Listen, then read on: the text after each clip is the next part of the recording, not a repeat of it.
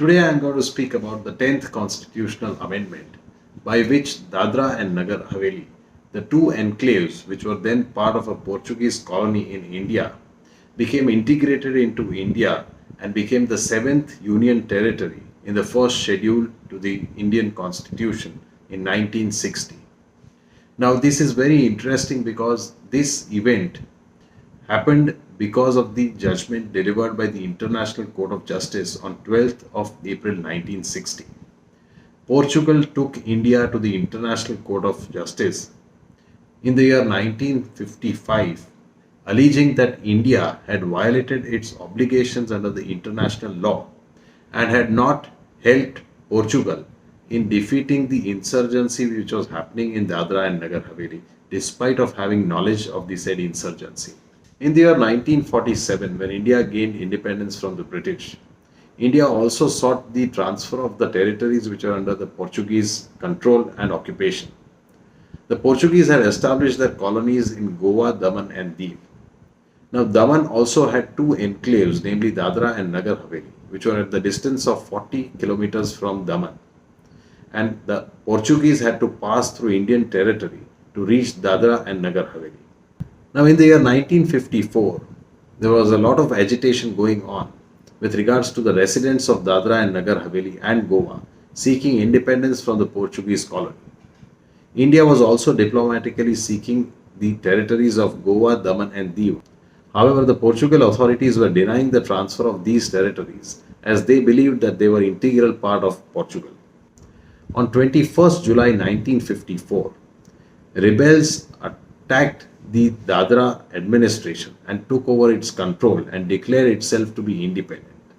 Because of this attack on 21st July 1954, India declared economic blockades on territories of Portugal, namely Daman, Diu and Goa. India also raised its security personnel and placed it on the borders of Indian territory on the lines of Daman, Diu and Goa. India refused transit permits to any person from Daman to Dadra and Nagar Haveli. In fact, the Portuguese authorities requested Indian government to allow them to pass to Dadra and Nagar Haveli in order to get into contact with the local population of Dadra and Nagar Haveli and also to examine the situation and take the necessary measures on the spot. On 28th July 1954, the government of India refused these two requests. So the Portugal authorities found themselves to be completely cut off from these two enclaves. Because of this situation, on 22nd December 1955, the Portugal government approached the International Court of Justice under the international law and under the United Nations Charter against the government of India on the ground that the government of India was acting contrary to the practice previously followed and India prevented the Portuguese from exercising the right of sovereignty over these possessions, and India prevented the Portuguese from exercising their right on the Portuguese possessions in India. The Portuguese government alleged that on 21st July 1954, the government of India severed all communications between Daman and the enclaves of Dadra and Nagar Haveli, totally cutting the enclaves off from the outside world, preventing the governor of Daman himself from having access to them and concentrating troops in considerable strength on Indian soil near the borders of the said territories. This was the first case that India defended before the International Court of Justice in the year 1955. M.C. Shetalwad, the first Attorney General of India, appeared for the Government of India as its agent and counsel. Also, Justice M.C. Chagla was a designated judge from India and a part of the 17-judge bench of the International Court of Justice. The Portugal government had rested the case on the treaties entered between the Portugal and the Marathas in the year 1779. The Ministry of External Affairs at that time did not have any idea of these treaties and therefore a special research unit was placed in order to carry out the research of these documents. M.C. Setalwad in his autobiography mentions that the research unit carried out extensive research from the period from 1774 till 1954 and went through some lakhs of papers and found some very interesting and important documents which helped India in its case before the International Court of Justice.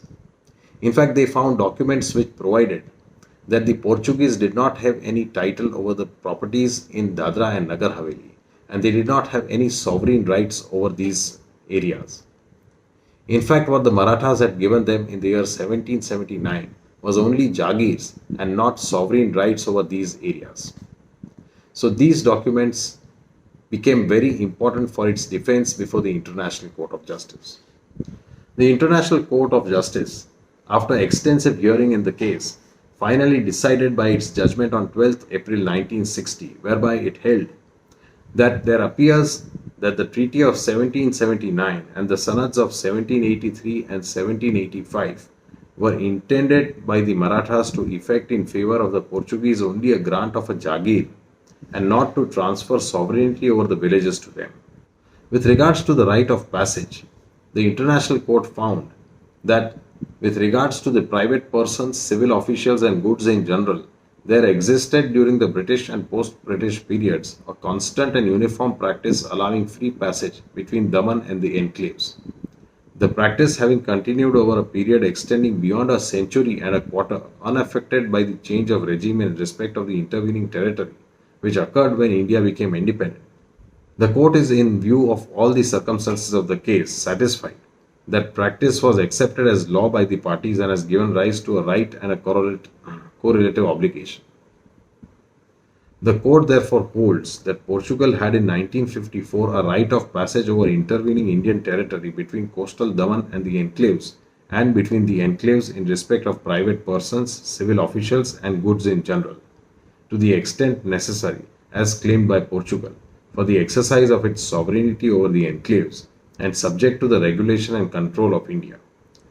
It would thus appear that during the British and post-British periods, Portuguese armed forces and armed police did not pass between Daman and the enclaves as of right, and that after 1878, such passage could only take place with previous authorization by the British and later by India, accorded either under a reciprocal arrangement already agreed to or in individual cases. So therefore the court was of the view that no right of passage in favor of Portugal has been established in respect of armed forces, armed police and arms and ammunition. The practice that was established shows that with regard to these categories, it was well understood that passage could take place only by permission of the British authorities. This situation continued during post-British period as well. Therefore, the majority ultimately held that India had not acted contrary to its obligation resulting from Portugal's right of passage in respect of private persons, civil officials and goods in general, and the Portugal did not have any right of passage with regards to armed forces, armed police and arms and ammunition. So this is how the International Court of Justice decided the first case which India defended before the International Court of Justice. After this judgment on 15th August 1960, Jawaharlal Nehru gave his speech from Red Fort announcing that two parts of India that had been separated from the motherland were now reunited with it. On 16th August 1961, the 10th Constitutional Amendment was approved from the Rajya Sabha and ultimately with the assent of the President became an act, and Dadra and Nagar Haveli became the 7th Union Territory of India. So therefore this is a very interesting constitutional amendment, and this is how Dadra and Nagar Haveli became part and integrated into India by way of a constitutional amendment. In December 1960, India had fought a war with Portugal in order to claim the territories of Goa, Daman and Diu, and through Operation Vijay, which lasted for 36 hours, Portuguese army surrendered